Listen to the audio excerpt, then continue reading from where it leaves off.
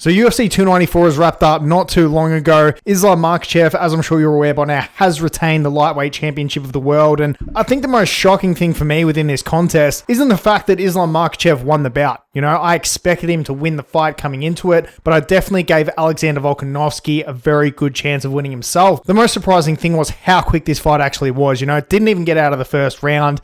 And Islam putting on a dominant performance like he did was the most shocking thing to me. And as someone who loves Alexander Volkanovski, you know, I absolutely love the guy. It was very hard to see him get finished the way he did. And it's very hard to make up excuses for the man saying that it was a short notice fight when you get stopped in the first round like that by a beautiful head kick. And it didn't really seem like to me that Alexander Volkanovski was pulling the trigger. You know, he even mentioned this himself after the fight, but I didn't necessarily read too much into that. You know, they were sort of feeling each other out. But as the round went on, he really wasn't going for the kill like he said he was. Waiting for Islam Makhachev to make a move. He was very reactive within this contest, which is very strange considering he said he would go out and put it on Islam, but we failed to see that, and Islam Makhachev landed a beautiful head kick. Volkanovski didn't even really land many significant strikes. You know, of course, he hit Islam Makhachev, but that was mainly within the clinch. You know, he defended a takedown from Islam, which was absolutely fantastic.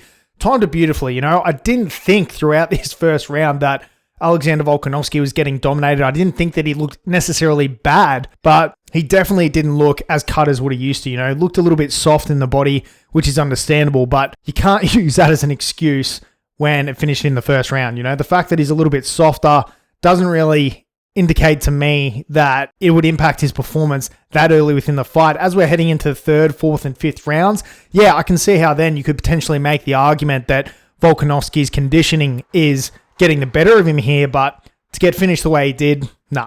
Sorry, Volk fans, it just doesn't work that way. Maybe he's burnt out like Israel Adesanya. You know, who actually knows? But when Islam Makhachev got him up against the fence, when he went for that takedown, I thought it was really good of Volkanovski to switch the position, get the underhook, and then put Islam on the back foot against the fence and land some punches of his own. But it really went downhill from there. You know, obviously Islam Makhachev there was getting him in a clinch, and it was a very strong clinch. You could tell Volkanovski didn't like to be there. He tried to get out as soon as he could, and he did. You know, he did get out of the clinch, but he copped a knee on his way out. Obviously, Islam throughout that fight, he was setting up those kicks. You know, he went low, he went high, and then at the very end, that beautiful head kick. You know, Alexander Volkanovski, he put his hands up. You know, he did everything right.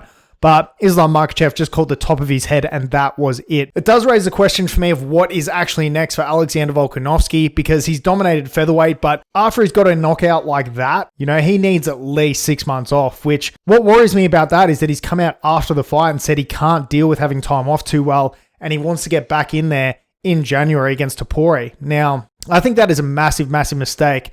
Alexander Volkanovski is getting up there in age, you know.